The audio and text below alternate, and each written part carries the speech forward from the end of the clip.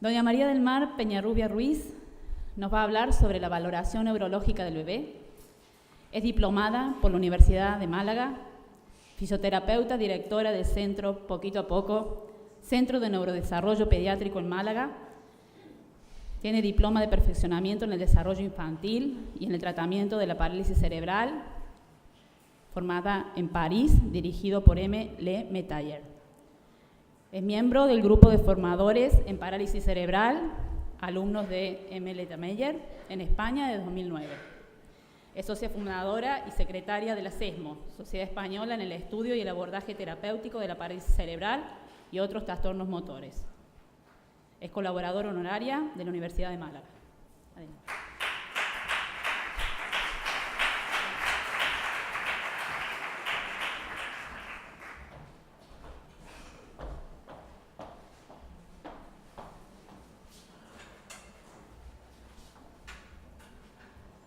Bueno, buenos días.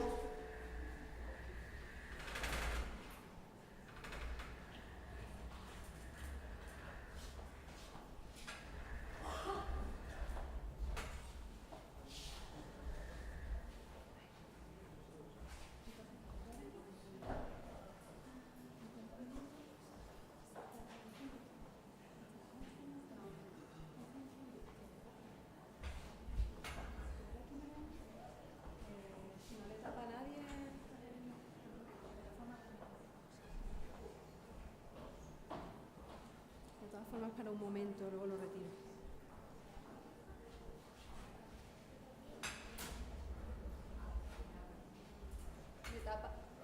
¿Os tapa alguno el cartel? No.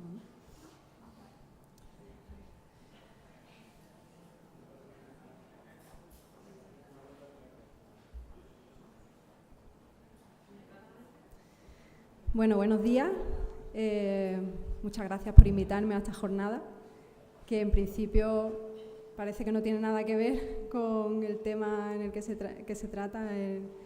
Mi exposición parece que no tiene mucho que ver, pero bueno, ya veréis que según mi experiencia, tengo compañeros que no se dedican directamente a la pediatría, pero tienen la inquietud de saber un poco cómo valorar a un bebé, porque a todos nos ha pasado que durante nuestra carrera profesional hemos tenido que recibir algún bebé en consulta, y en general a todos los profesionales sanitarios que no se dedican a la pediatría, incluso a los propios pediatras le pasa a veces, se sienten un poco como con pocas herramientas para poder identificar un trastorno motor o un problema en el desarrollo, o simplemente saber diferenciar la normalidad de la no normalidad en un bebé o un niño pequeño, ¿no?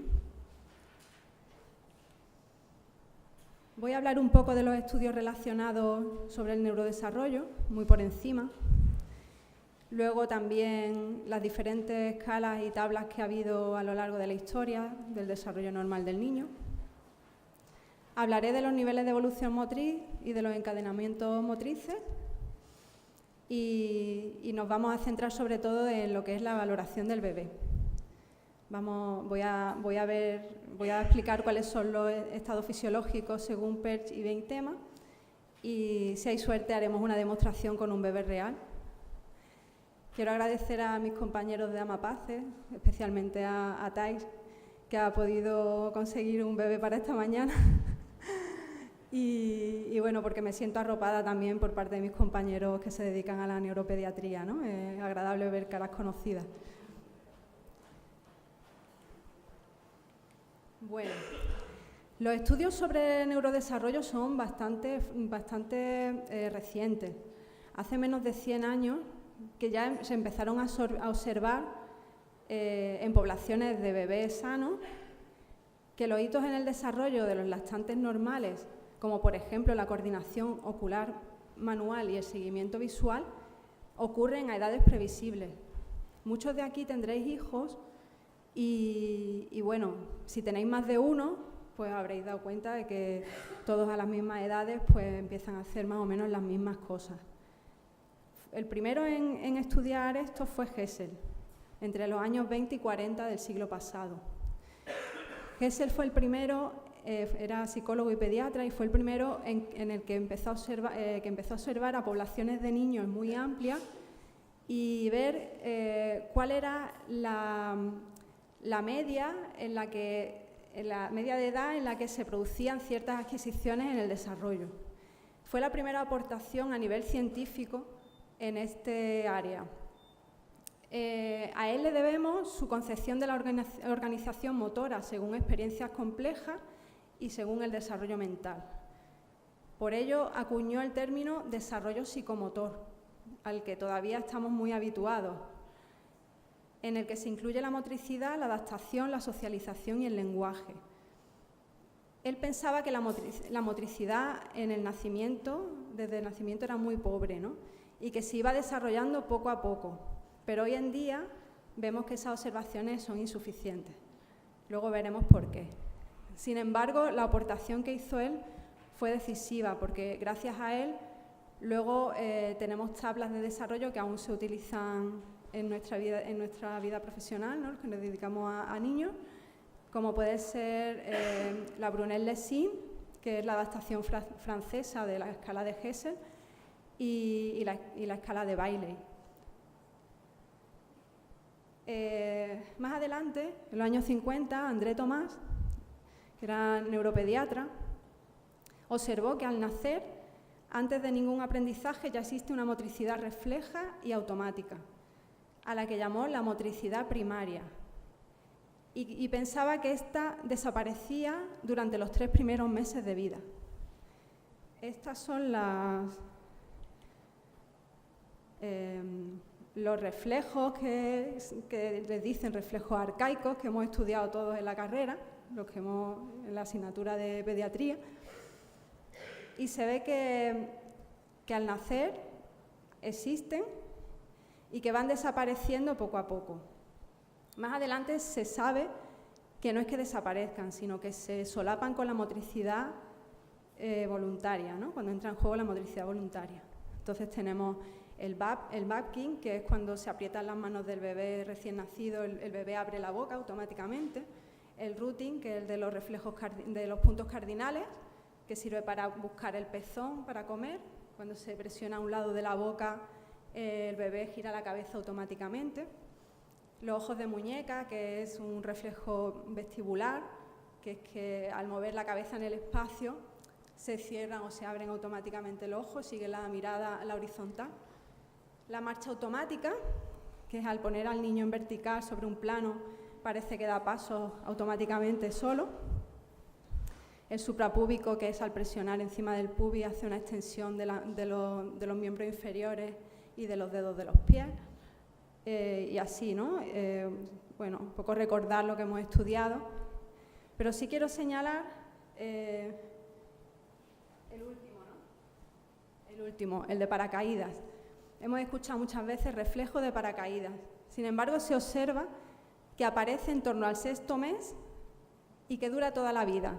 Entonces se sale dentro de la tabla que decían aparece al nacer y luego desaparece. ¿Por qué? Porque no es un reflejo, es una reacción. Es una reacción aprendida. Es necesario el ensayo y el error para adquirirlo. Y niños que tienen privación de experiencias motrices lo van a desarrollar mucho más tarde, o por ejemplo se ha dado el caso en niños con deficiencias visuales que hay que enseñarles a caerse y poner las manos, ¿no? Entonces no estaría dentro de un reflejo, sino de una reacción aprendida.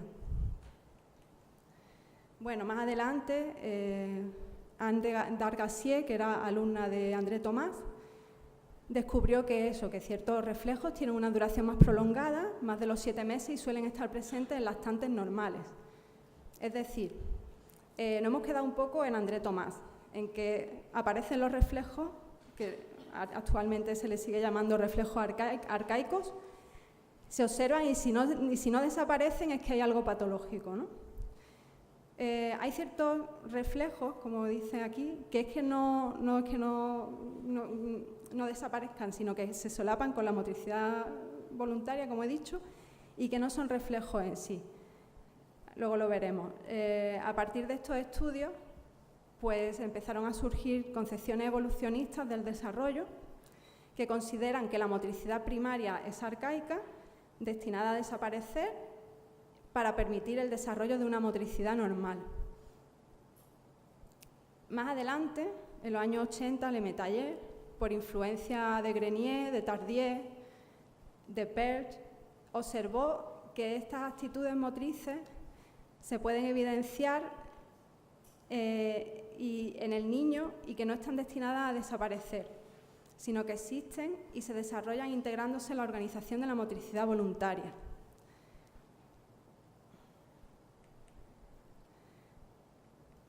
Y actualmente sabemos que desde antes del nacimiento ya existe esa motricidad automática.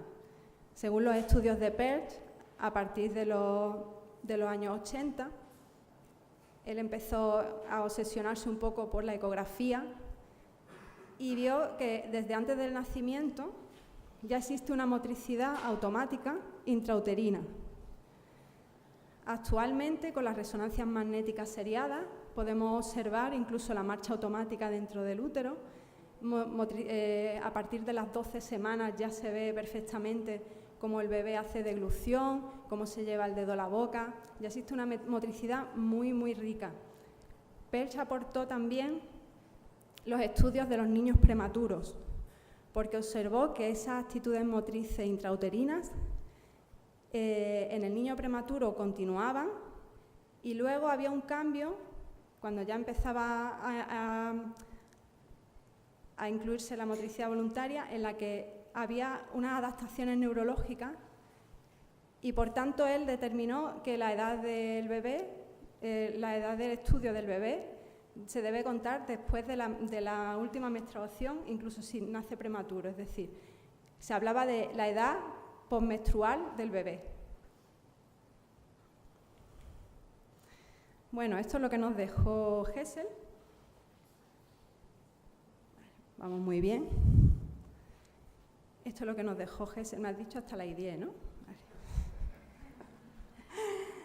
Vale. Aquí me voy a extender un poco porque estamos en el área que nos interesa, ¿no? Que es la evolución motriz funcional. También le llaman a veces motricidad gruesa. Y se observan las edades y estadios motores según las etapas de desarrollo, los hitos que se van alcanzando, ¿no? Hessel dice, y aún se utiliza en las escalas de desarrollo Brunel-Lessig, Bailey, que a las 8 semanas el bebé está en la zona 1. Zona 1 quiere decir que si lo ponemos en decúbito prono, el bebé es capaz de elevar un poquito la cabeza y girarla, pero muy levemente. A las 12 semanas pasaría por la zona 2, que sería, se adelantan un poco los miembros superiores en prono, el bebé es capaz de elevar la cabeza y girarla, muy poco, ¿no? A las 16 semanas pasaría por la zona 3, que es la posición de esfinge. En prono, con los codos apoyados, ya es capaz de elevar la cabeza y mirar a su alrededor. Y a las 20 semanas estaría en prono con los miembros superiores apoyados extendidos. Sobre los 4 o 6 meses aparece la reacción de tirar asentado, que es cuando agarramos los pulgares, el bebé agarra nuestros pulgares, tumbado en decúbito supino. Al hacer una tracción, hace una flexión del cuello e intenta incorporarse.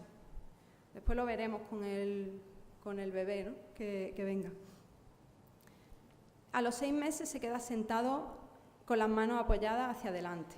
A los 5 o 7 meses hace el volteo de espaldas sobre el vientre, es decir, de supino a prono, que siempre es más fácil que de prono a supino, porque de prono a supino a las 20 semanas ya al extender los miembros superiores en prono, ya por inercia, por la fuerza de gravedad puede empezar a voltear.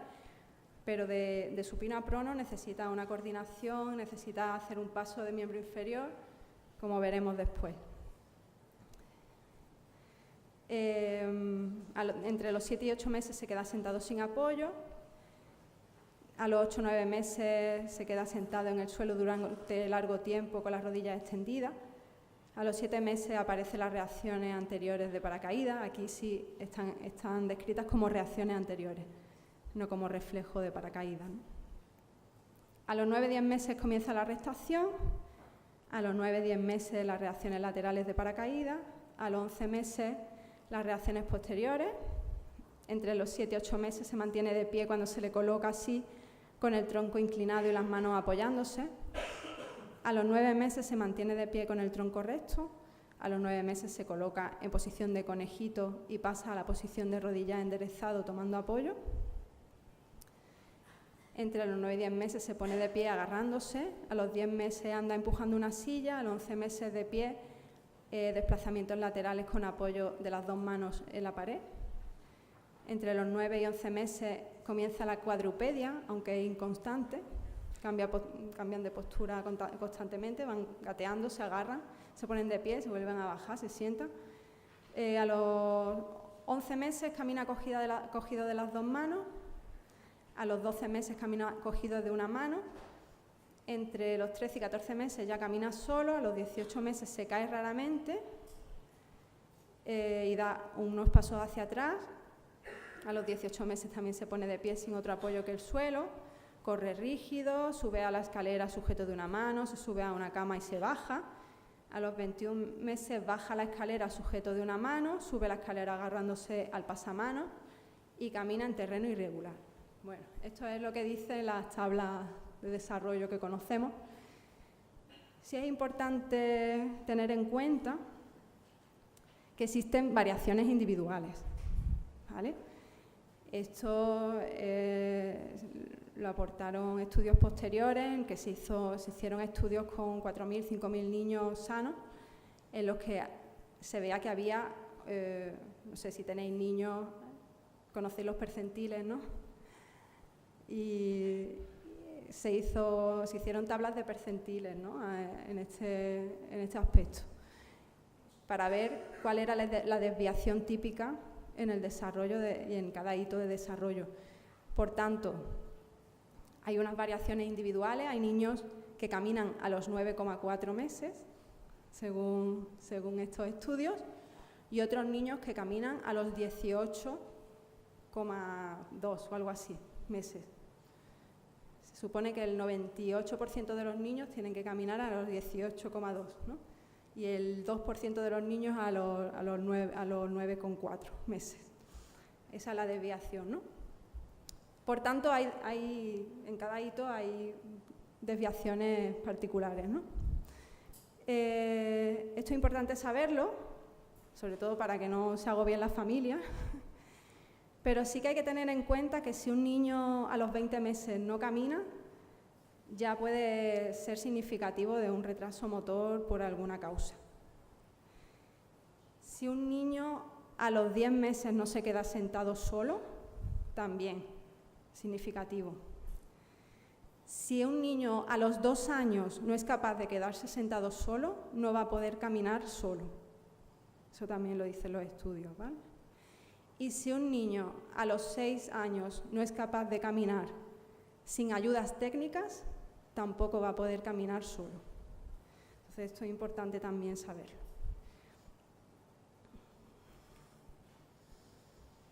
Bueno, luego tenemos la tabla de motricidad fina, ¿no? Que es la evolución de la motricidad manual. Ya hemos dicho que recién nacido se lleva el pulgar a la boca, incluso antes de nacer.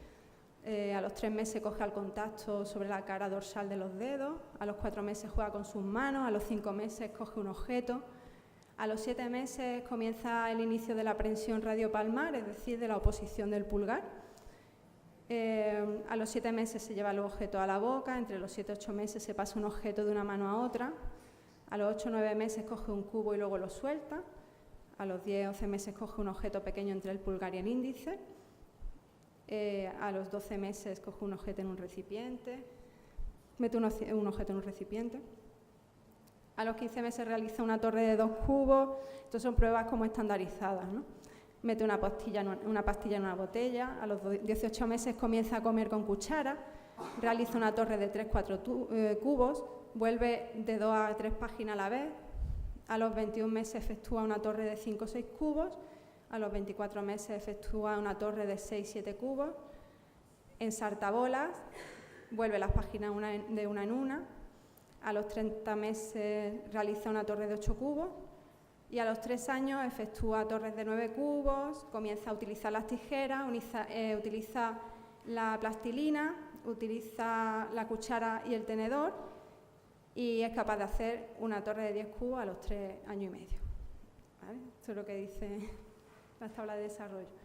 Luego estaría el área cognitiva, los ítems de comprensión de situaciones, que no voy a contarlos todos porque son un montón. Si alguien quiere tener las tablas por curiosidad, yo os las puedo enviar. Después, al final de la exposición, está puesto mi email. Si queréis escribirme, yo os la envío. Pero bueno, para tener una noción un poco de qué sería lo normal, tenemos que saber que a las 6 semanas ya es capaz de seguir con la mirada 90 grados. Hace seguimiento visual de 90 grados. A los 5 meses ya anticipa cuándo se le va a coger. Y esto es un signo de inteligencia, es decir, cuando te acercas a la cuna y ves que lo van a coger, se pone contento.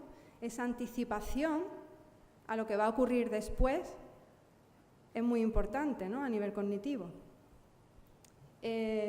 A los 8 meses sigue con la mirada un objeto que se cae al suelo y se asoma para verlo, al borde de la mesa. Sabe que ese objeto desaparece de su campo visual y está en otro sitio, donde lo busca, al igual que el juego del cucú, donde está, cuando se esconde un objeto debajo de una tela, la mirada del niño persiste hacia la dirección del objeto. Más adelante querrá quitar la tela para ver lo que hay debajo. A los 9 meses aparece el signo del abrigo, que es otro signo de anticipación temporoespacial de lo que va a ocurrir más adelante. Cuando ven que la familia coge los abrigos o van hacia el carro, el niño se pone contento porque va a la calle.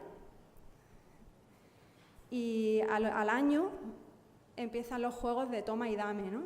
Si se le pide verbalmente que le den un objeto, pues el niño lo da. Son todo nociones a nivel cognitivo que tienen que aparecer. Uy, me he equivocado. A ver. Y luego los niveles de desarrollo de la espacialización. El garabateo, el trazo vertical, todo lo que es el grafismo, ítems de ensartar, apilar bloques en la plancha de Gesell, realizar puzzles de 2 piezas, los ítems de vestir, que a los 5 meses ya empiezan a extender los brazos para ayudar, etcétera.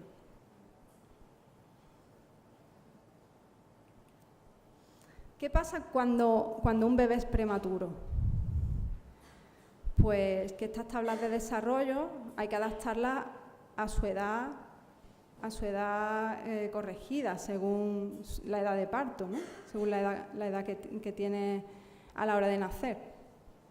Entonces, tendremos en cuenta que los lactantes nacidos antes de las 37 semanas de gestación se consideran prematuros.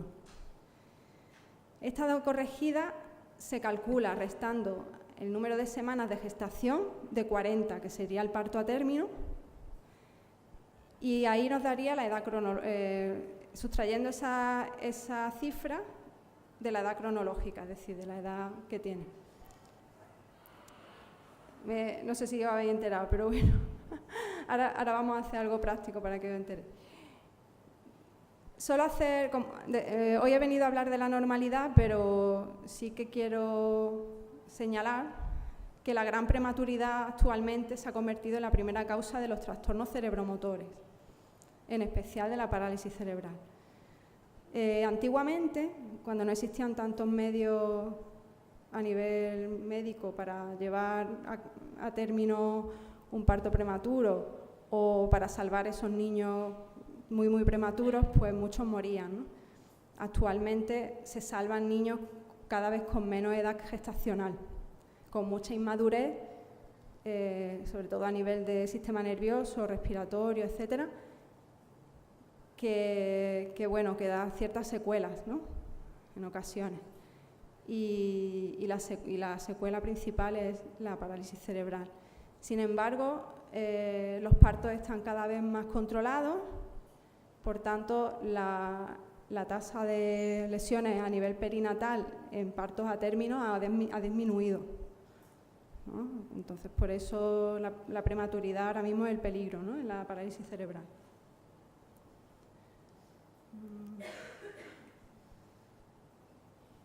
Bueno, sí, os quería explicar algo con esto, con lo de la prematuridad. Por eso tengo aquí la pizarra. No sé si la voy a ver. No sé si lo vais a ver bien desde ahí. Bueno, normalmente cuando se calcula para un ítem de desarrollo en concreto, vamos a hablar. A ver, no se ve, ¿no?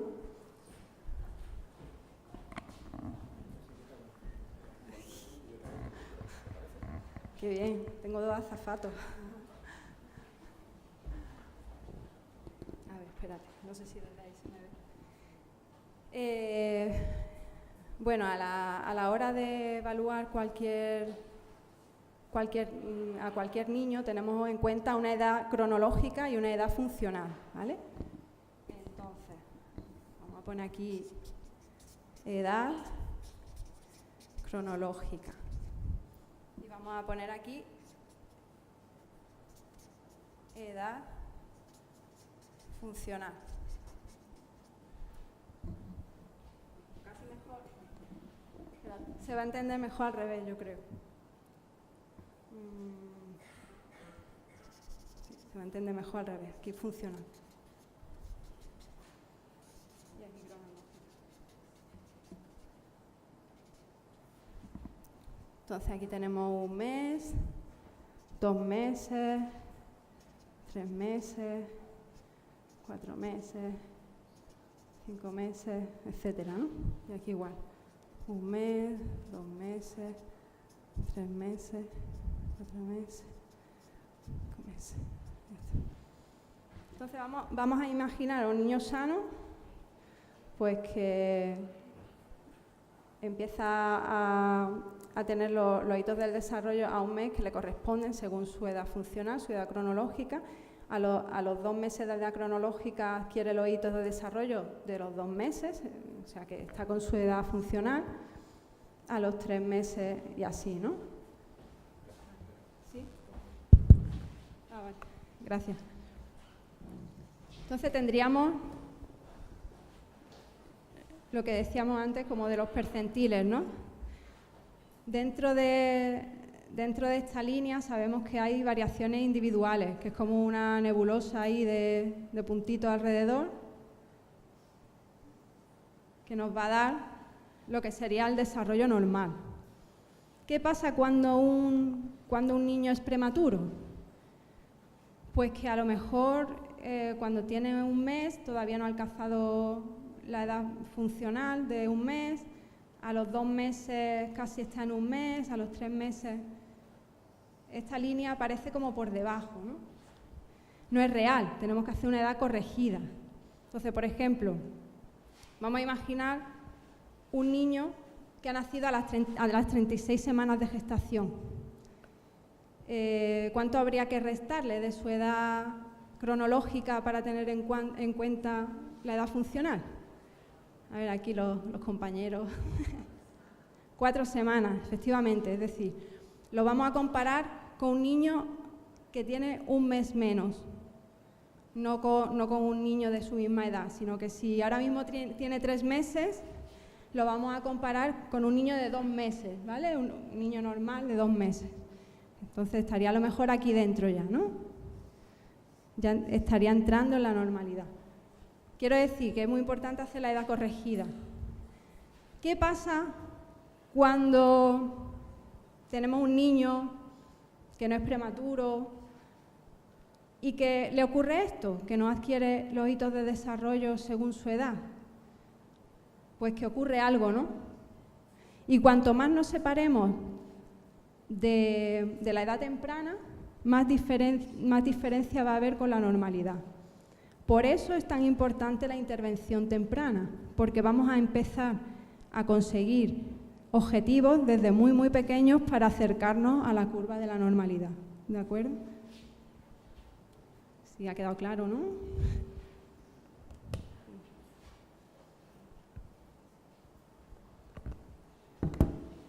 Continuamos, está el bebé allí.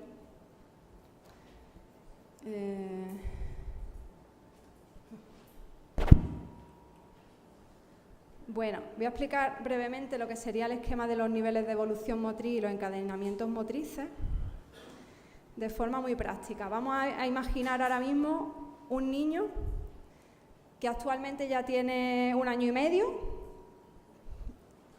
Lo colocamos en decúbito supino y tiene que alcanzar la bipedestación. A ver, esto es un ejercicio práctico, ¿vale? Os voy a dar un minutillo para que discutáis entre vosotros y comentéis y ahora vamos a ver la solución, ¿vale? Entonces, imagina un niño de 1 año y medio, sano, que lo ponemos en decúbito supino y le pedimos que se ponga de pie. ¿Qué cambios posturales, por qué posiciones tiene que pasar para llegar a la bipedestación? Venga, 1 minuto. Tiempo.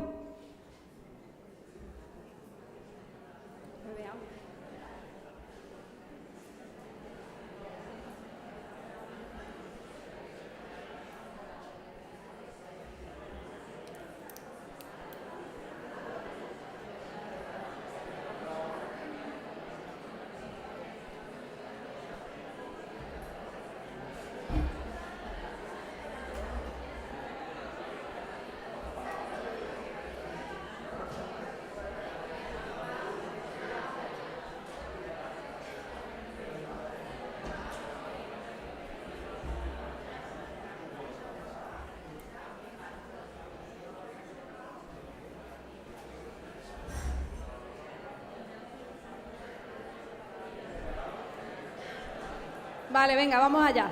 A ver. Ahí lo tenemos, a ver. En decúbito supino. ¿Ahora qué tendría que hacer?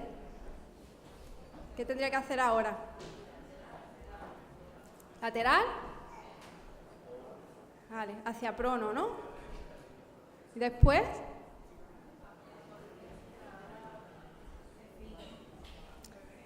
Después finge... Se pone en pseudoreptación, que es esa posición, para pasar ¿a qué posición?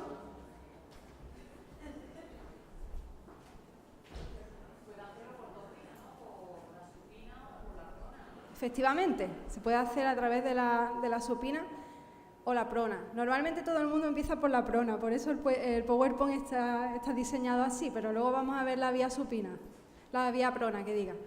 Normalmente, o sea, sí, el supino, perdón. Normalmente la gente suele pensar primero en el volteo, ¿no? Vale, entonces luego pasamos a posición de conejito. Esta es la posición de conejo, ¿vale? Sentado sobre talones con manos apoyadas. Y después puede pasar arrodillado, bien. Puede pasar a cuadrupedia, desde ahí. Posición de salida de carrera, que es como caballero, pero con las manos apoyadas, ¿vale? Se llama salida de carrera. Puede ponerse arrodillado enderezado, en vez de sentado sobre talones. Y caballero, ¿no? Que es lo que estabais diciendo por ahí. Bueno, voy a hacer un inciso en la posición de sentado arrodillado. Los que tengáis niños cerca, siempre voy a procurar que se sienten sobre los talones y no entre los talones, ¿vale? Porque a nivel ortopédico es nefasto, es una posición muy nociva entre talones que distiende cadera, rodillas, etc. Y produce antetorsión femoral. Bueno, de posición de cuadrupedia o de posición de salida de carrera pueden pasar a la postura del oso. Y ahora, de ahí a de pie. Ya lo tenemos de pie. Como ha dicho la compañera, también podemos utilizar la otra vía, la vía desde el supino a pasar a sentado o bien por enderezamiento lateral o bien tirando de abdominales, los niños se sientan y de ahí pasan a cuclillas y a de pie. Y hay una posición intermedia entre un esquema y otro, que es el de sentado playa, que une una parte del esquema con el otro. O sea, pasas, por ejemplo, de cuadrupedia a sentado playa y de sentado playa a sentado, de sentado a cuclillas y de cuclillas a de pie. O también por medio del oso. Desde el oso se pueden poner de cuclillas a de pie, ¿vale? Bueno, ahora ya es más fácil describir lo que son los niveles de evolución motriz, porque si os explico este rollo nada más empezar, no os enteráis, ¿no? Fueron descritos por Michel Métayer en 1963 y describe cómo la locomoción se desarrolla según una sucesión de enderezamientos, mantenimientos, encadenamientos y desplazamientos que van desde la posición de decúbito hasta la bipedestación y la marcha. Los niveles de evolución motriz comprenden numerosas combinaciones posibles de encadenamiento, en que el niño descubre su exploración del medio externo. Y los niveles de evolución motriz presentan el hilo conductor de la educación terapéutica de la locomoción. Es lo que utilizamos los fisioterapeutas en pediatría para que el niño aprenda a moverse de forma correcta, utilizando como motivación el juego y el ambiente lúdico. Aquí estamos hablando de locomoción también. Locomoción. ¿Qué medios de locomoción tenemos aquí? ¿Qué se os ocurre? Todos pensamos en la marcha, ¿no? Nada más ver esto, dice, medio de locomoción es la marcha. Pero el primero que se desarrolla, ¿cuál sería?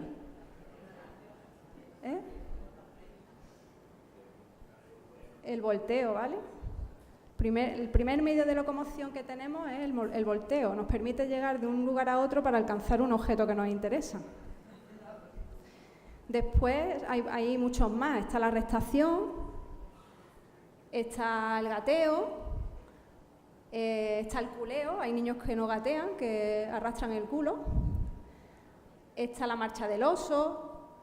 Hay niños que se desplazan de rodillas, se desplazan dando saltitos como un conejo. Es decir, que dentro de estos niveles de evolución motriz hay niveles de desarrollo de la locomoción, que es lo que nos va a interesar a la hora de reeducar, de enseñar al niño cómo se debe mover correctamente. Estos niveles de evolución motriz presentan una sucesión necesaria de encadenamientos motores efectuados a partir de las posiciones de decúbito para la adquisición de postura erguida y los desplazamientos. Dentro de estos programas motores funcionales se desarrollan y se integran los automatismos posturales antigravitatorios y de locomoción, así como la orden voluntaria para permitir la ejecución de los mismos. Al mismo tiempo, las múltiples informaciones de la propiocepción originan la representación mental y vivencian los movimientos asegurando el control de estos. Esto de la representación mental es importante. Estamos hablando de la praxia, de cómo el niño interioriza ese movimiento, esa sucesión de gestos para que luego pueda reproducir ese movimiento a nivel funcional. ¿De qué va a depender la evolución motriz funcional? Primero, de la calidad del potencial innato, es decir, cada uno tenemos un potencial al nacer.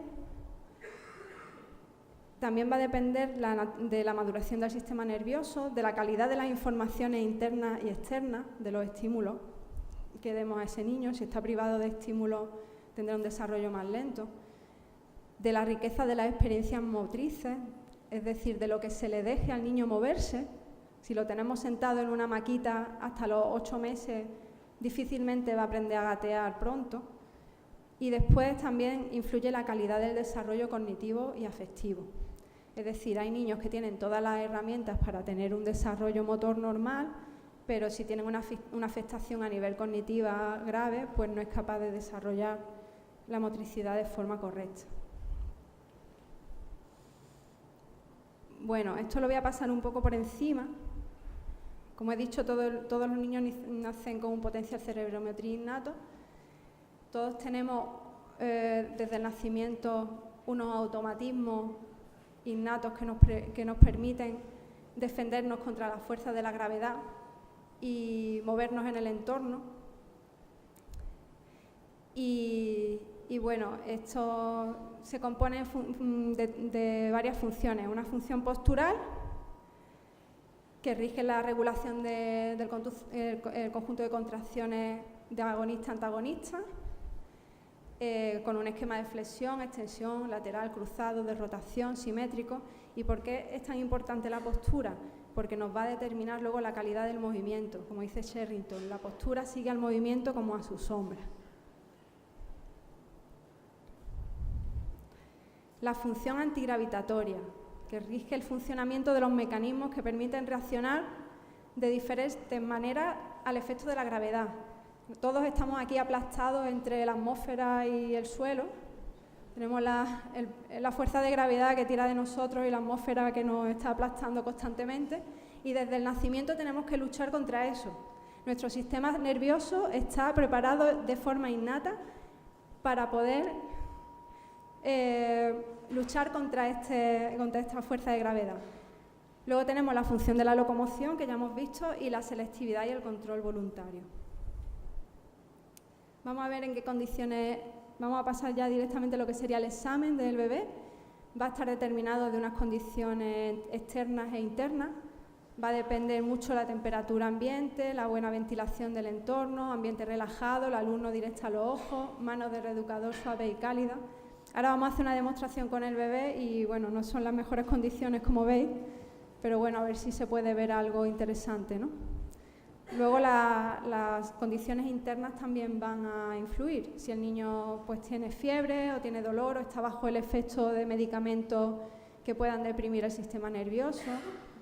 Y hay que tener en cuenta también los estados fisiológicos según Perls y Beintema.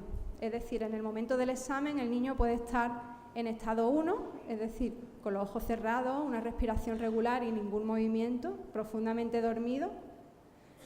En estado 2, con ojos cerrados, la respiración irregular y ningún movimiento, dormido pero no profundamente. En estado 3, ojos abiertos, poco movimiento. Estado 4, ojos abiertos, mucho movimiento. Y estado 5, ojos abiertos o cerrados, pero el niño llora. Las mejores condiciones de examen serían entre el estado 3 y 4.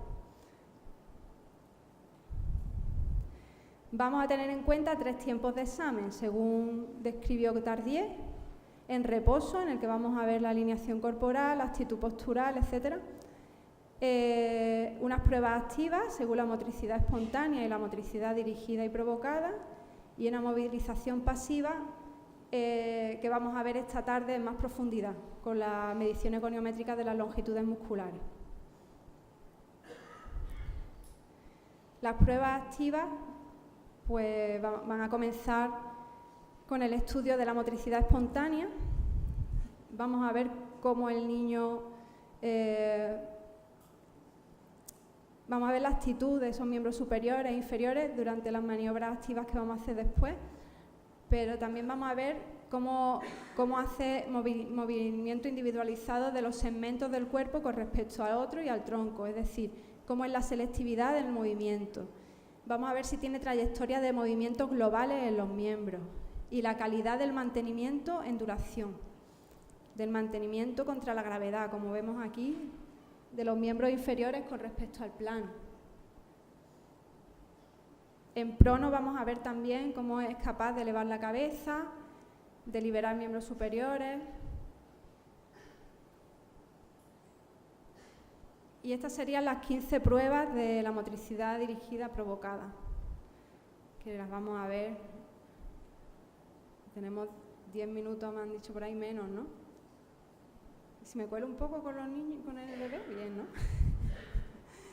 Bueno, asir-prensión sería...